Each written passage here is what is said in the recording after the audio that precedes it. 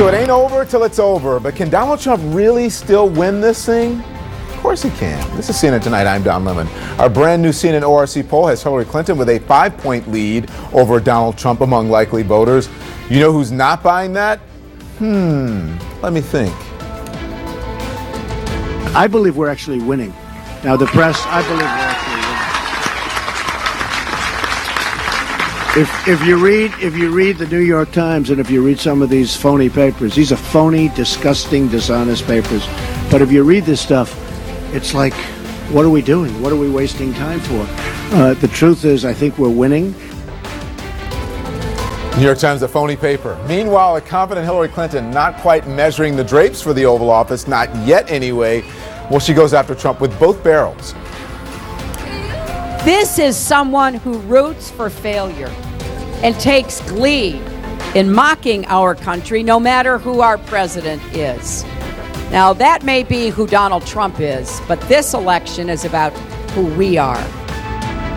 So let's get right to CNN's Dana Bash and Mr. Mark Preston. They both join me here in New York. That's how important this is, really getting down to the wire. So let's start out with the polls, shall we? Mark, this is for you, a brand new CNN ORC poll. It shows that 5%, that's tighter, right, than all the recent national polls, which show Clinton well ahead. There's one poll that's like 12%, right? Right, there was an ABC poll out the other day. What does Donald Trump need to do at this point? Because the first question I said, can he still win this thing? But, anything is possible.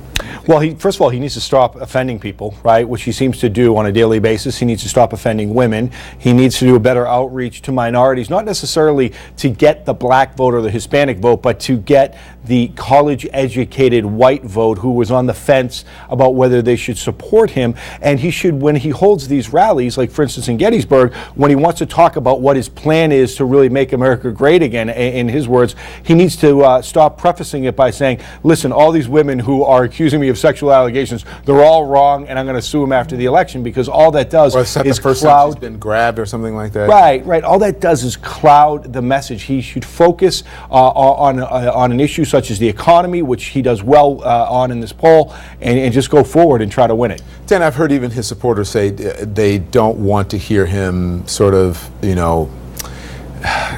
crying, for lack of a better word, anymore about how this is rigged. That message doesn't play anymore. The New York Times is not a real paper. They want to hear him talk policy and stop saying that the system is rigged. Listen to what he said earlier, and then I'll let you respond, okay?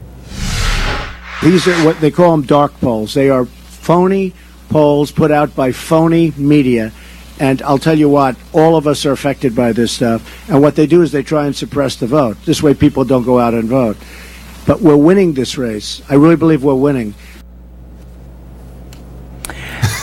I don't even know what to say, because this is a man who started his rally after rally after rally during the primaries when he was winning, talking about the polls, and even at one point, maybe multiple times, he even was self-aware enough to say, I actually only talk about the polls when they're good, and when they're not, I think that they're bad polls. So that's what that's about. But I think what's most important here is, never mind the polls, is the content of what he is talking about. Mike Pence, his vice presidential running mate, was at an event today and was approached by a voter who's a supporter, saying, can you please get a message to Donald Trump? Tell him to stop talking about all this other garbage and start talking about the issues. So what is the news? Yeah. What is the news that came out today? It is that Obamacare's premiums have skyrocketed. 25% are going to go up in Can you imagine a better argument against Hillary Clinton, against a third term of Obama, for Obama, than that? And yet, he's not really talking about it, and the little bit he is, and the little bit that his aides are they're drowned out by these other things. And people who are working on his campaign, they can't say this publicly, but they're making pretty clear they wish he would just stop talking about this other stuff. Yeah, absolutely. But on the issues, they think that they win. But even, I don't know about the campaign, but maybe so. But when you hear some of the messaging coming out, that they seem to be tone deaf to what people, and even some of the people who come on, when I jokingly say "help me, help you," it's sort of tongue in cheek. But seriously, a better way to reach some people would be a better messaging, right? And that doesn't seem to be happening when it comes to Donald Trump, when he talks about the polls and the phony polls. Well, his campaign manager's a pollster. And if there were polls showing him ahead, she would certainly produce them and they would be all over the airwaves. Also, Kellyanne Conway today tweeting this, Mark Preston, saying Donald Trump concedes he's somewhat behind in the polls and don't count him out. Winning is his thing. Is he stepping on his own message again, as you know, with all of these things? He seems to be, with 15 days left to go. Why isn't he getting this? Oh, and he's not stepping on his message by any means. He's stomping on his message at this point. You know, these huge rallies, which really fueled his rise in the Republican Party when he joined, basically, in winning the primary, have become a narcotic that has actually turned on him now, right? So he goes out to these big rallies and he rants about the media. He talks about the establishment. People are riled up. They're shouting, you're the best. We're with you. Great. Okay, we're glad, or certainly he's glad they're with him. Most people understand that. Listen, that may have been an argument a while ago when there was no conservative media, when there was no Fox News, when conservative radio didn't have such an influence. I would venture a guess that conservative media may have more of an influence, especially on the base in this country, on Republicans in this country, than the so-called mainstream media. That argument does not play anymore. Well, yeah, and honestly, when I say it's a narcotic gone bad for him, is that he doesn't need those people anymore. Like, he needs to get off the narcotic. He needs to reach out to other people. He's already got them. So there's no reason to go out and get that high, 2 or 3 times a day of standing at a podium and having these people cheer him on. He doesn't need that. He needs to get the people who aren't cheering him on. Let me give you the yeah but to that. I agree with you, but the sort of the yeah but argument from the Trump campaign is that, and I think that the way that they're trying to explain some of what he's doing is that they do have incredibly high numbers in some of these polls, not just nationally, but in the swing states, among working class white voters, much higher than Mitt Romney and other people had. So, if by making the argument against the media, against that the poll, everything is rigged, so on and so forth, his hope is to drive that up even further. But the question is, what's the ceiling? I mean, there are only so many of those voters. Can we talk about the polls since Yes. you brought them up? He said he's ahead in Ohio and Iowa and doing very well in North Carolina. There's a new Monmouth University poll out today. It shows that Hillary Clinton ahead 1 point in North Carolina.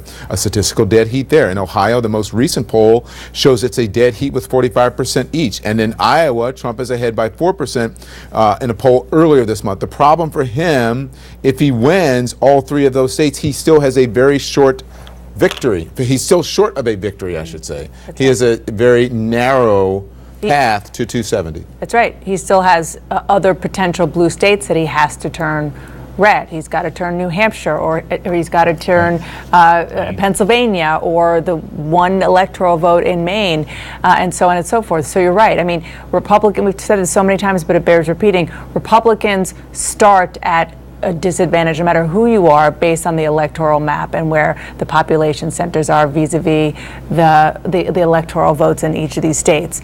But his path is harder. There's no question about it, even than others, because of where these blue states are that he has to turn red. Yeah, I want to talk about women quick, because I think this is important, because we mentioned Kellyanne Conway, who is the woman whisperer, right?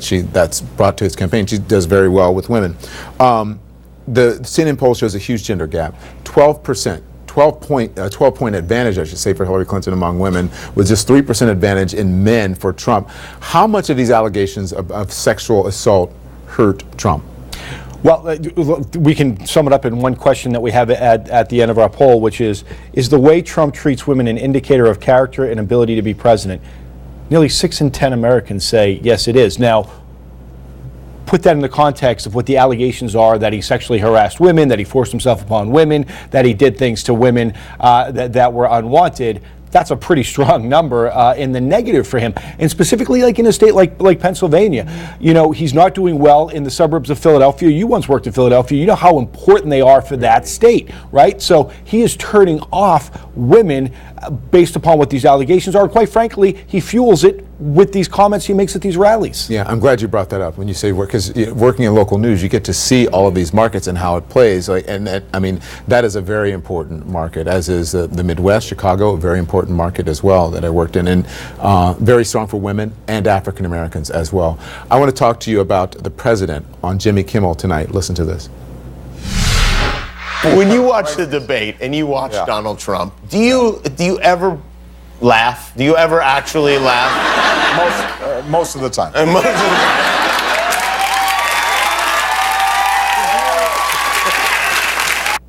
So the president really hasn't said how he feels about Donald Trump. He's keeping it close to the vest.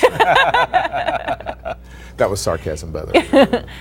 I mean, look, he says he laughs because that's a good line for late night comedy, but he's not laughing when he's going out on the campaign trail because he knows it's not just, about the person who he thinks should be the next president. It's about his own legacy, and But he also we've has a also real heard him disdain, say, though, I think, for Trump. right. I was just going to say that we've also heard him say that it's not just about choosing between two philosophies. It's, from his perspective, choosing between somebody who can lead and somebody who would be a disaster as a leader for the country. And you cannot separate the personal. That Donald Trump made his name in politics, questioning whether or not Barack Obama was born in this country, sort of peddling conspiracy theories, and the president has not forgotten. And there's still some of his supporters who still don't believe the president was born. I think it still might be 2 in 10 Americans. It's about 20% of Americans, when asked, still believe that he was born outside America or the United States. And here we are. Here we are. 15 days to go. Only. Thank you. Only. And we come right back.